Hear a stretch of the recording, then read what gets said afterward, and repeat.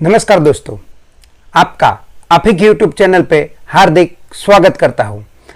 जैसे कि हमने पिछले सप्ताह से चार्ट फॉर अ वीक नाम की एक सीरीज शुरू की है, जिसमें हर वीकेंड पे हम आपके लिए कुछ ऐसे चार्ट लेके आएंगे जो आपके वॉच लिस्ट में होना जरूरी है, जिसको आप समझकर देखकर आप एजुकेट हो सको।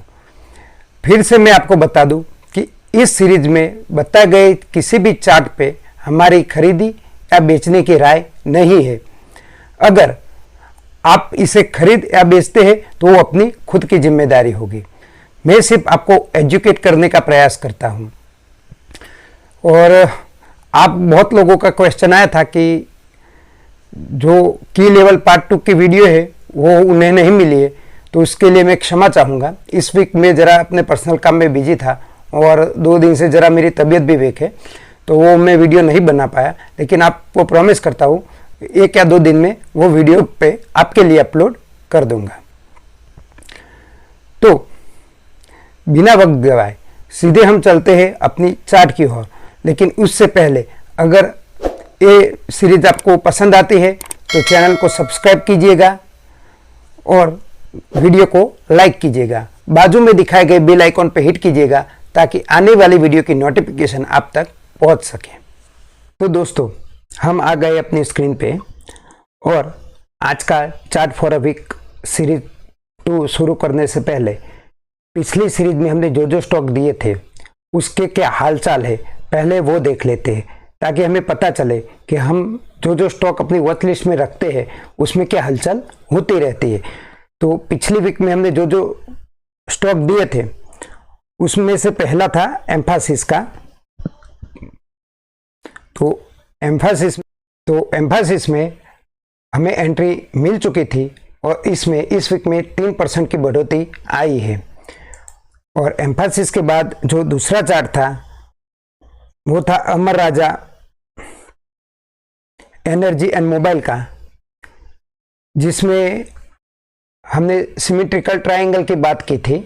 और ये ट्रायंगल का एक ब्रेकआउट हुआ था 8 तारीख को, लेकिन उसके बाद फॉलो थ्रू नहीं मिला, तो इसमें हमें अभी तक एंट्री नहीं मिली है और ये ट्रायंगल जो पैटर्न था वो हमारा फेल हो चुका है। तो इसके बाद जो हमारा नेक्स्ट चार्ट था वो था BLS का। और जो ये BLS का चार्ट है उसमें मैंने जैसे बताया था कि इसमें एक बड़ी कैंडल बन चुकी थी 6% की, तो उसके बाद एंट्री लेना बेवकूफ़ी थी क्योंकि रिस्क रिवॉर्ड हमारा सही से मैच नहीं होता। लेकिन अब देखिए तो इसमें एक इवनिंग स्टार पैटर्न बन चुका है, यानी कि ये रीटेस्ट में आएगा और कोई हमें कैंडलस्टिक देगा तो इसमें हमारी एंट्री बन सकती है। यानी कि अब तक BLS में हमारी एंट्री नहीं हुई है। उसके बाद का चार्ट था TVS होल्डिंग का, और जिसमें हमने फ्लैग पैटर्न देखा था, लेकिन इसमें भी फ्लैग पैटर्न का ब्रेकआउट होने के बाद कोई फॉलो थ्रू नहीं मिला है, तो इसमें भी अब तक हमारी कोई एंट्री बनी नहीं है। TVS होल्डिंग के बाद था ओरो फार्मा का चार्ट, जिसमें भी रिस्क रिवॉर्ड बड़ा होने की वजह से हमने कहा था कि इसमें हमारी एंट्री नहीं बनती है, अगर रिटेस्ट होगा तो ही एंट्री करेंगे, तो इसमें भी कोई रिटेस्ट बना नहीं है।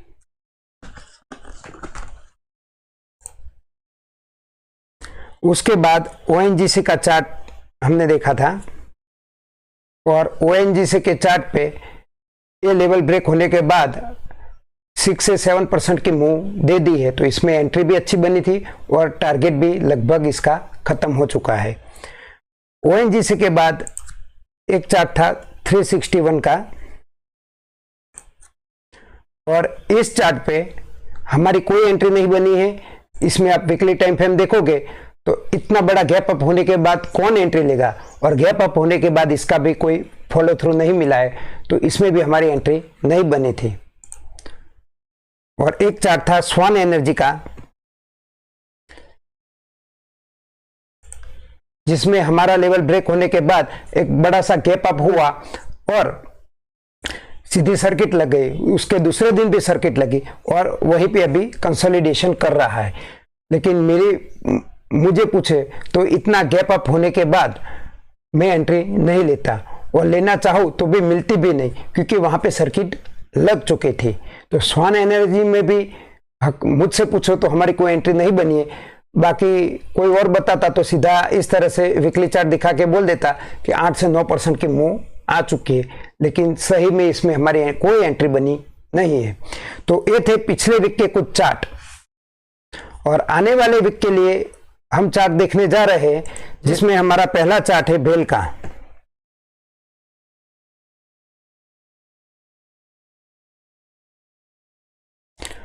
और बेल का जो ये वीकली चार्ट है उसमें आप एक रेखा देख सकते हैं। तो ये पहले रेजिस्टेंस थी, अब ये सपोर्ट बन चुकी है, और यहाँ पे हमें कोई कैंडलस्टिक मिलती है तो हम इस चार्ट का इस्तेमाल कर सकते हैं। लेकिन फिर से आपको डिस्क्लेमर दे दूं कि चार्ट फॉर अ वीक में दिखाए गए किसी भी चार्ट में हमारी खरीदी या बेचने की राय नहीं है। ये सिर्फ और सिर्फ आपके एजुकेशन पर्पज के लिए है। ये चार्ट आपकी वॉच लिस्ट में रखिए, और कैंडलस्टिक या चार्ट पैटर्न किस तरह से काम कर सकते ये सीखने के लिए आपके काम आएंगे। भेल इस वीक के लिए हमारा पहला चार्ट है। हमारा दूसरा चार्ट है कॉल इंडिया का।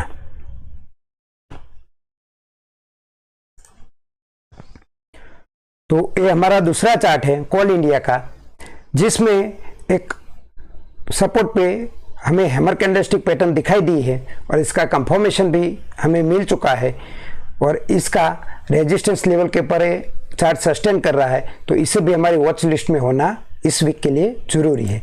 उसके बाद हम सबका फेवरेट है कोलगेट का, यानी कि कोलपाल का चार्ट, जिसमें भी आप कॉल इंडिया की तरह इसमें भी अपने रेजिस्टेंस को ब्रेक करने के बाद रीटेस्ट किया है। तो ये चार्ट भी हमारी वॉच लिस्ट में होना चाहिए।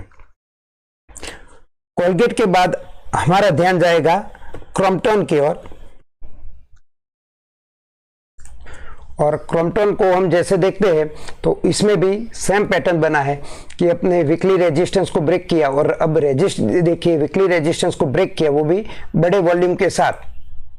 देखिए इसका वॉल्यूम भी अच्छा है, और उसके बाद इसने रीटेस्ट करके अपने जो रेजिस्टेंस था वो सपोर्ट बन गया है। तो इसे भी हम अपनी वॉच लिस्ट में रख सकते हैं। इसके बाद है वीआई इंडस्ट्री का चार्ट, और पीआई की इंडस्ट्री के चार्ट पर भी आप देखिए तो इसका जो वीकली रेजिस्टेंस है 39,040 के पास का, उसके पास आ गया है। अगर ये चार्ट इस लेवल को ब्रेक करता है तो इसमें बड़ी मूवमेंट आ सकती है, और इसमें एक वीसीबी पैटर्न भी बना है। तो ये भी हमारी वॉच लिस्ट में होना जरूरी है। और आज के चार्ट फॉर अ वीक का आखिरी चार्ट है आरएसी लिमिटेड का चार्ट, और इस चार्ट में एक अच्छी सी मूवमेंट आ चुकी है वीकली में। कम से कम ये मूवमेंट 9 से 10% की है, और लेवल अच्छे से ब्रेक किया है, अच्छे वॉल्यूम के साथ ब्रेक किया है। तो इस चार्ट पे हम सीधा सा ट्रेड नहीं कर सकते, लेकिन इंतजार करेंगे कि इस लेवल पे आए कि वो रिटेस्ट करे, और यहाँ पे हमें कोई कैंडलस्टिक या चार्ट पैटर्न मिले तो हम इस पे अपनी नज़र रख सकते हैं। तो आज के चार्ट फॉर वीक में आपके लिए इतने चार्ट निकाले हैं, जिसे आप अपनी वॉच लिस्ट में रख के अपने नॉलेज को एनहेंस कर सकते हैं। तो आज की वीडियो में हम इतना ही रखते हैं। तब तक के लिए जय हिंद, जय भारत।